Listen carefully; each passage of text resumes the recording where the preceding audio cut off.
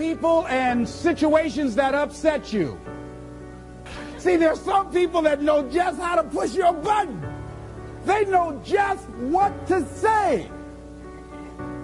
But I'm not going to expend any energy arguing with anybody. Life is too short, ladies and gentlemen, and unpredictable.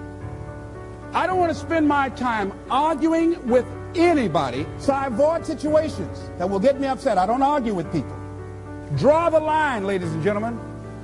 There are certain things that we just go through life just taking, and at some point, you just got to draw the line and just say enough is enough. You got to do that with yourself. One negative stroke is 16 times more powerful than a positive stroke. And if you have people around you who are not sensitive to who you are, and the people that can hurt you the most, ladies and gentlemen, are the people that you love. That you love. They're the ones that you're vulnerable to. They're the ones that can get to you. And if they're insensitive, I don't care who they are.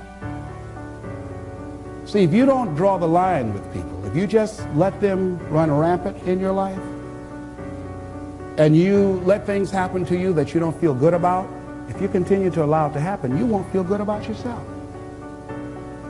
Your image of yourself will erode. So you've got to draw the line. Why do people just go to a job where they're miserable, day in and day out? Why do people stay together and they're miserable, sleeping in separate rooms, or arguing, or the only thing they have in common is paying the bills? Don't talk, don't communicate, don't share anything together. Day in and day out, as short and unpredictable that life is, being mean to each other. Why do people do that?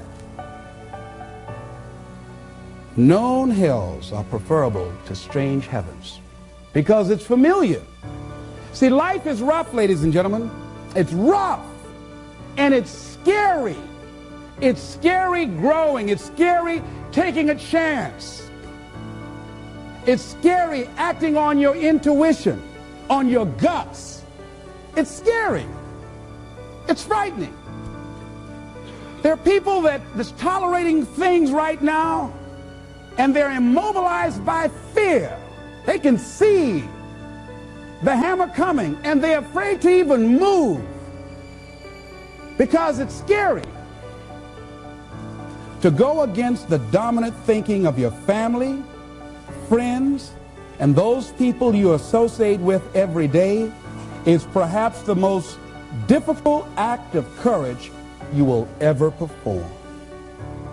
See, when you start growing, when you start changing the way you walk, the way you talk, the way you act, the way you respond to things, the way you use your time, when you start saying, no, I can't do that. Why? You're too busy. You don't have the time. No, I have my own agenda. So if people can put you on a guilt trip, they will. And use you and abuse you over and over and over again. You got to draw the line. You have to draw the line on them. Don't go through life feeling like you're powerless. Victims are people that are powerless. You're not powerless. You are powerful. You direct the power in your life. Whatever your life is right now, it is a duplication of your consciousness.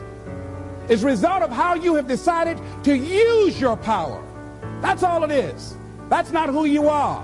That's just a perverted use of your power that you aren't satisfied with.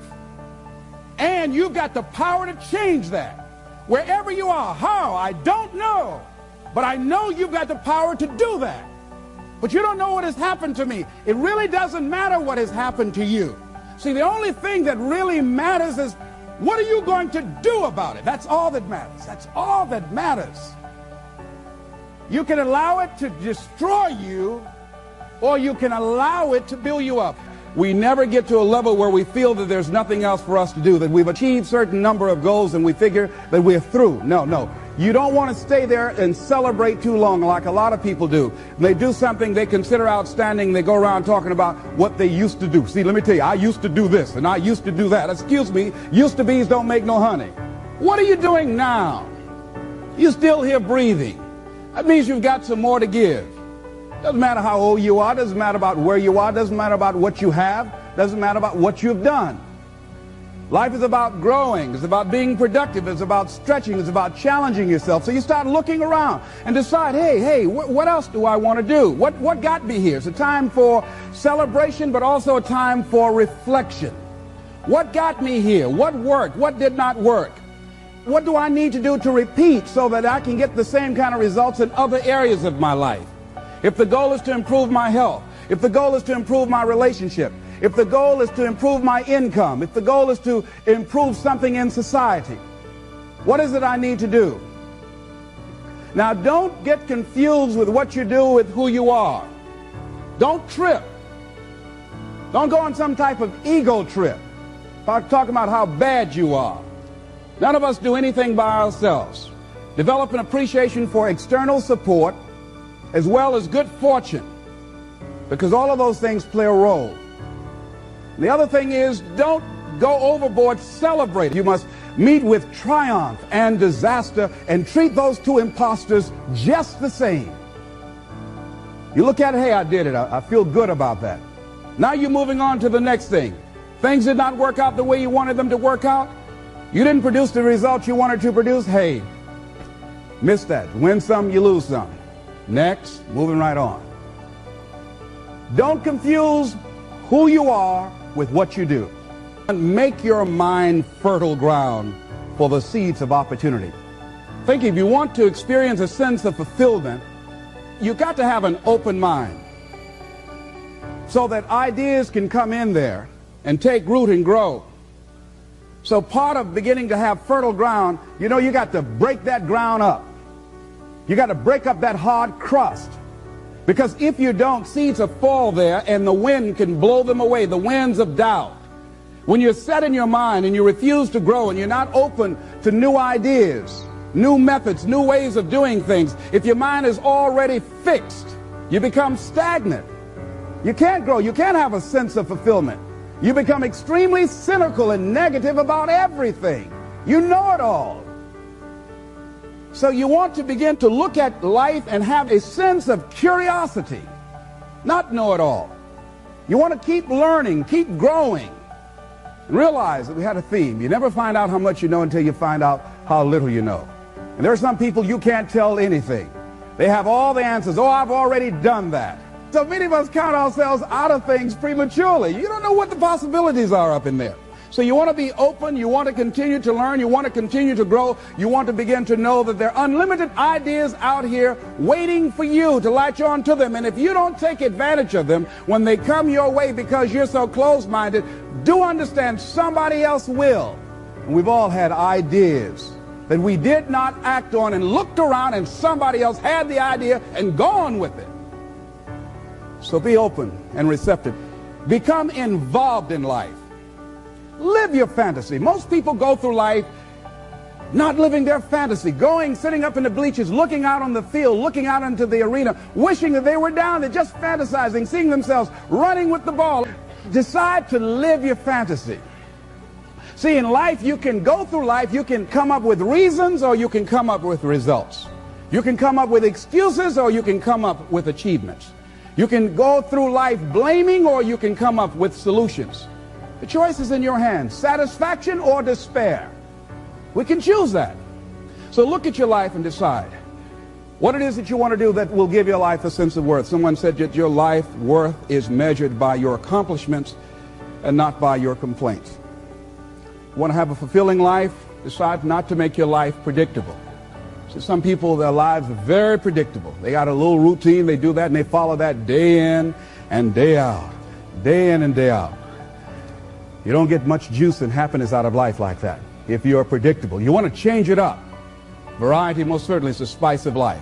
Here's something else. Want to create a greater sense of fulfillment? Challenge your fears. Challenge them. Look those fears in the face and take them on. Don't allow them to rule you. Decide that you're going to take some chances. You've got to be willing to risk. If you're not willing to risk, you can't grow in life. Life has no power when you're not willing to risk. It's that to laugh is to risk appearing the fool. To weep is to risk appearing sentimental.